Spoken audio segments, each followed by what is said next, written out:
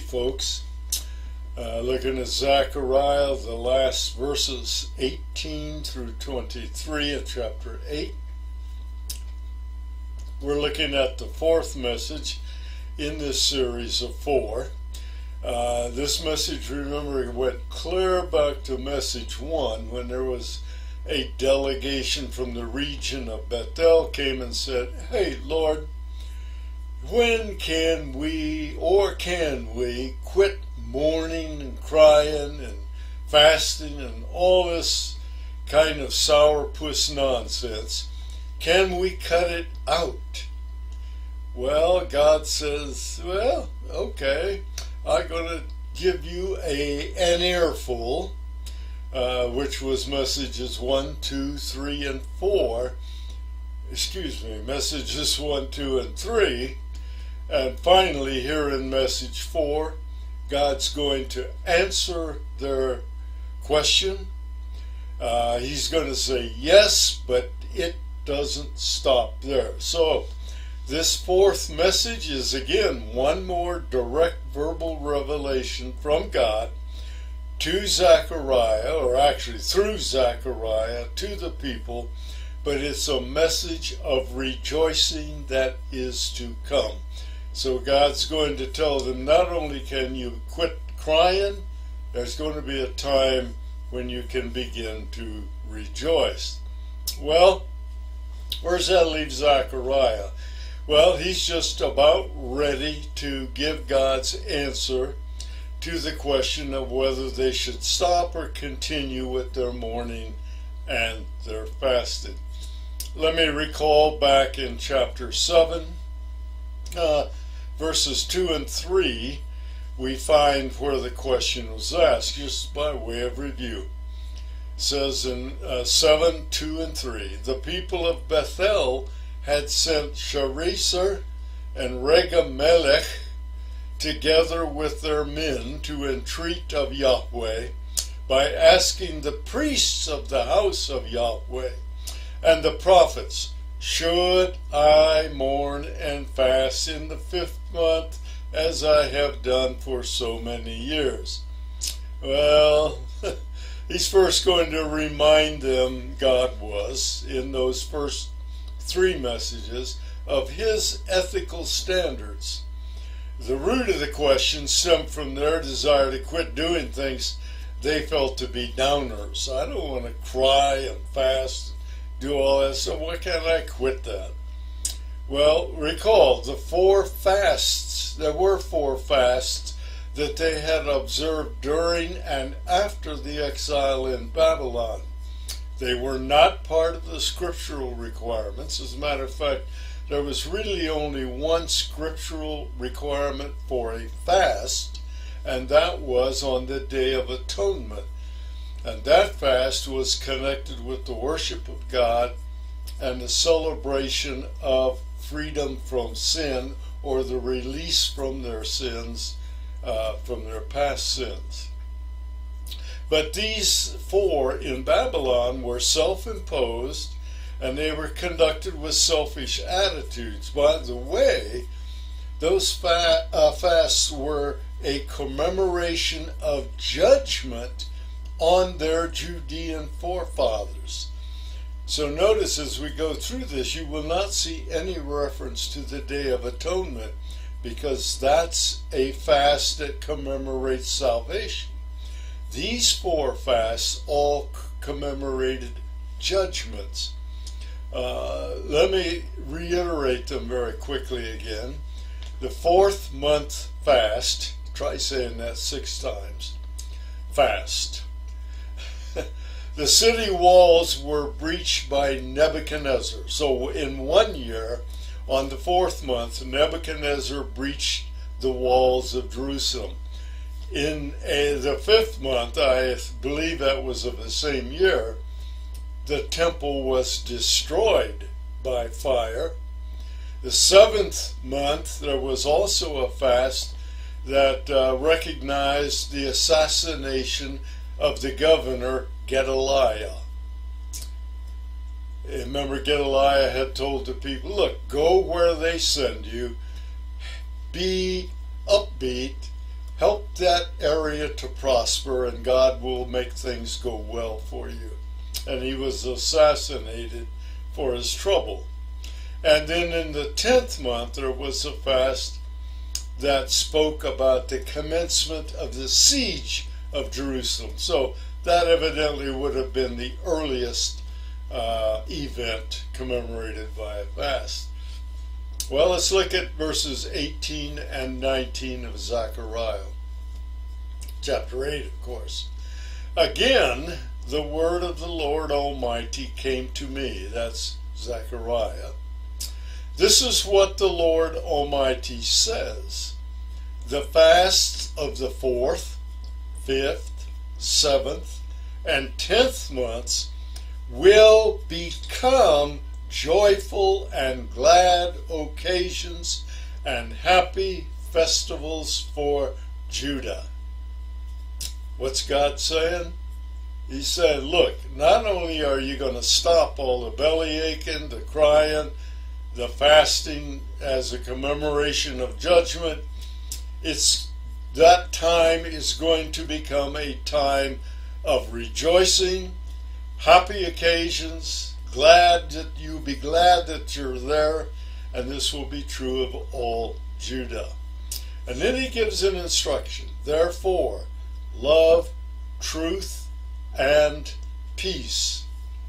So, let me look at a couple of supporting pieces of information. This is not something that was said just by Zechariah for God to those people who were in the process, midterm, remember, of rebuilding the temple. But long before the captivity even, the same kinds of things were said. Isaiah 65, verses 18 and 19. But be glad and rejoice forever in what I will create, for I will create Jerusalem to be a delight and its people a joy. I will rejoice over Jerusalem and take delight in my people. The sound of weeping and crying will be heard in it no more. Of course, that's an end times prophecy. But he's saying the same thing that Zechariah is. Eventually, Jerusalem's going to be a center, an international center for rejoicing and delighting in me. There'll be no more weeping and crying. It will be rejoicing, laughter, good times, that sort of thing. And then we dropped further along to Jeremiah chapter 31, beginning in verse 10. Hear the word of Yahweh, O nations. Proclaim it in distant coastlands. Spread it around the world. He who scattered Israel will gather them, bring them back together, and will watch over his flock like a shepherd. For the Lord will ransom Jacob and redeem them from the hand of those stronger than they. God said, I'm going to deliver Judah from their oppressors. They will come and shout for joy on the heights of Zion. They will rejoice in the bounty of the Lord, the grain, the new wine, the oil, the young of the flocks and the herds. They will be like a well-watered garden, and they will sorrow no more. Then maidens will dance and be glad, young men and old as well. I will turn their mourning into gladness. I will give them comfort and joy instead of sorrow. I will satisfy the priest with abundance, and my people will be filled with my bounty, declares Yahweh. So there you have it. Even before the captivity, both Isaiah and Jeremiah predicted the same kinds of things that Zechariah is claiming. God said, I'm going to turn your mourning into dancing and rejoicing. So this claim is that the sober fasts aren't going to be necessary, and especially at Christ's second coming, they will be turned into joyous feasts. You would suspect that when the temple was completed by this group of people, that they had a joyous time also. But God said at Christ's return, there's going to be permanent. And that's because of the end time deliverance that will take place. Now go back to God's last instruction in that series that we read. He loves truth and peace. And Jesus preached about the truth and peace during his first advent. And he will make it a reality in his second advent. Again, this is not new. Nothing of this that we see is new in Zechariah's time. You go back to Deuteronomy chapter 6, starting in verse 4, about truth and love. Hear, O Israel, the Lord our God, the Lord is one. Love the Lord your God with all your heart, with all your soul, and with all your strength. And by the way, this in Zechariah is not here in Zechariah, but here in Deuteronomy. This only one of a couple of places in the Old Testament where love is commanded. A general love is commanded. And if you're in New Testament times, we'd be speaking not of chesed, we'd be speaking of agape. If you go check, you'll find in Amos, I'm trying to remember, chapter 5, I believe, the early part of chapter 5, you'll find that the same notion is present in Amos, most of whose prophecy look like a real downer. Let's go to verse 20 of chapter 8 back in Zechariah. We'll get back to our lesson at hand. This is what the Lord Almighty says. Many peoples and the inhabitants of many cities will yet come. In other words, they're going to have people from all over the world, Gentiles in particular, coming to Jerusalem in large numbers. That day still looks forward to a future event. At that time, when they do come, the whole world's going to join the Jews after Israel's been purged and the Gentiles judged. They're going to come and join the Jews in Jerusalem. Look all the way back to Isaiah chapter 2, verse 3. Many peoples will come and say, come, let us go up to the mountain of the Lord, to the house of the God of Jacob. And there's a song that uses those as the central lyrics, by the way.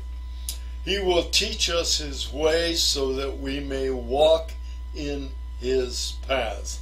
The law will go out from Zion, the word of the Lord from Jerusalem. So Jerusalem is going to be a center for checking on Yahweh, learning about Yahweh, rejoicing with Yahweh, glorifying Yahweh. And the Gentiles are even going to encourage each other. Look at verse 21 of Zechariah 8. And the inhabitants of one city, that's not Jerusalem, of course, will go to another and say, hey, let us go at once to entreat the Lord and seek the Lord Almighty. I'm going myself. So they're saying, okay, I'm going, why don't you come along with me? Verse 22, and many peoples and powerful nations will come to Jerusalem to seek the Lord Almighty and entreat him. So he's going to be a powerful message going on. It's going to be a properly translated Instead of powerful, numerous. Isaiah 2. Let's look at what Isaiah says in the entire passage from 1 to 5. This is what Isaiah, the son of Amos, saw concerning Judah and Jerusalem. In the last days, the mountain of the Lord's temple will be established as chief among the mountains. It will be raised above the hills, and all nations will stream to it. Many people will come and say, and we're back in her again, "Come, let us go up to the mountain of Jacob. He will teach us his ways so that we may walk in his paths. The law will go out from Zion and the word of the Lord from Jerusalem. He will judge between the nations and will settle disputes for many people." God's going to be, through Christ, in the midst of making the governance work.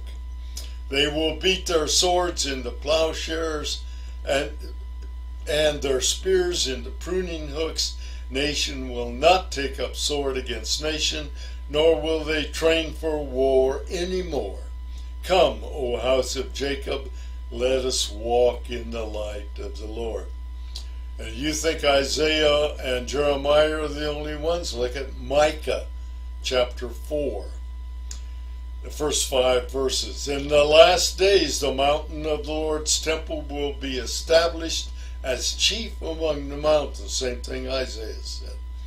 It will be raised above the hills, and peoples will stream to it. Many nations will come and say, "Let us go up to the mountain of the Lord, to the house of the God of Jacob. He will teach us his ways so that we may walk in his paths." The law will go out from Zion, the word of the Lord from Jerusalem. He will judge between many peoples and will settle disputes for strong nations far and wide. They will beat their swords into plowshares and their spears into pruning hooks.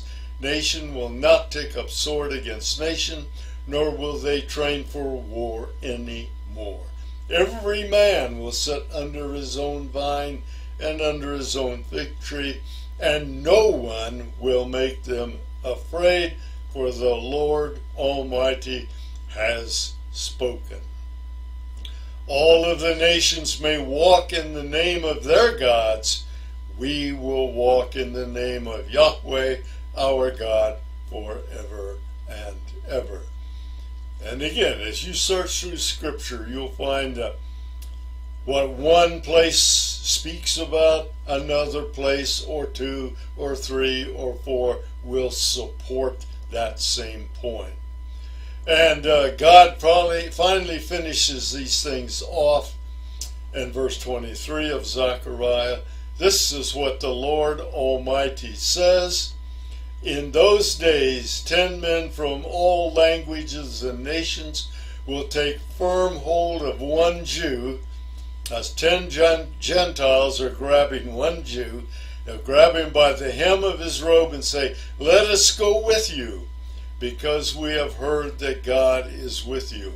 In that day, again, of course, is pointing to the millennial age to come. Jew is used here for only the second time in the Old Testament. They were called Israelites or Hebrews prior to the captivity. It was after the captivity that they began to be called Jews. People are going to see Jews with integrity. Notice what those guys, the 10 that were holding on to the Jews, said. We see your God. We see you and your God. We're drawn to him. So with integrity, the Jewish people will draw worshipers to Yahweh in the millennial kingdom.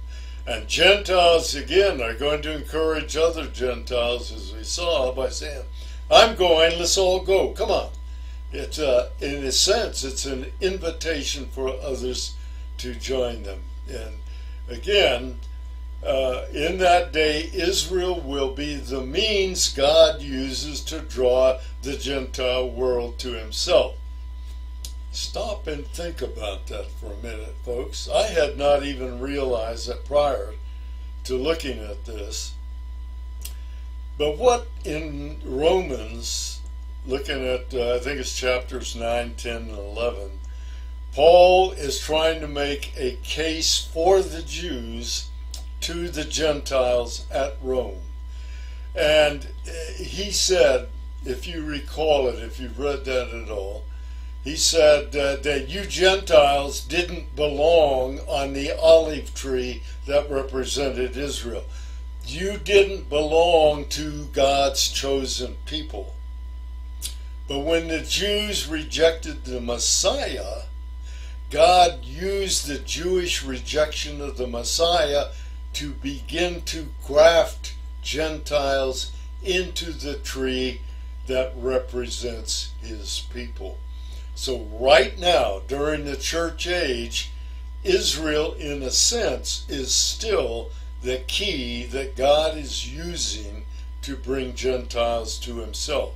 So that originally the Jews were to bring Gentiles into relationship with God. They were, remember, a holy nation of priests at God's, what are we going to say? At God's commissioning of his people. Then here in the church age, he's using their rejection of the Messiah as a key to bringing Gentiles in. When Christ returns, the Jews that remain after the purging will be Jews of religious integrity, and they will attract Gentiles. So this Jew attracting Gentile to God not only is not new, it's been continual before Christianity, during Christianity, and at Christ's return. Ezekiel 36, verse 23. I will show the holiness of my great name, which has been profaned among the nations, the name you have profaned among them. That's speaking to the Jews there. Then the nations will know that I am the Lord, declares the sovereign Lord, when I show myself holy through you before their eyes. So what is he saying? Look, you guys, you have blown it. You're in captivity now, but look, one day I'm going to draw Gentiles to me through you. And that's exactly what we've been discussing. So, Israel is going to be used by God to build the rest of his kingdom. Nothing new for us. They're under the sun. God's been doing it the whole time. Well, this is the close of part 1 of Zechariah's book, Zechariah's ministry. These 8 chapters, remember there are 16 chapters in Zechariah. The next 8 chapters are totally different from these 8 chapters, highly prophetic chapters, a little more complex, have nothing to do now with the temple and the rebuilding. These next 8 chapters took place long after the temple was completed. So that's where we're going next. Our takeaways: in the end times, all fasting and mourning will be turned to feasting and rejoicing. Just the opposite. Gentile believers have always been an important part of God's plan. So has Israel, and Israel's been the key to bringing in the Gentiles. One of God's long-term goals has been to instill love of truth and love of peace. And so he said here in Zechariah, one day Jerusalem will be the center for religious pilgrimage. Remember, it said from all nations they will stream to Jerusalem. Love is the ethical requirement for all promises of covenant blessings. And remember, Christ's return begins the installation of the new covenant promises in full. Well, next time we're going to start, as I said, looking at the second half of Zechariah. It's a whole different animal. So hang on, look for something different, but yet something absolutely essential to our walk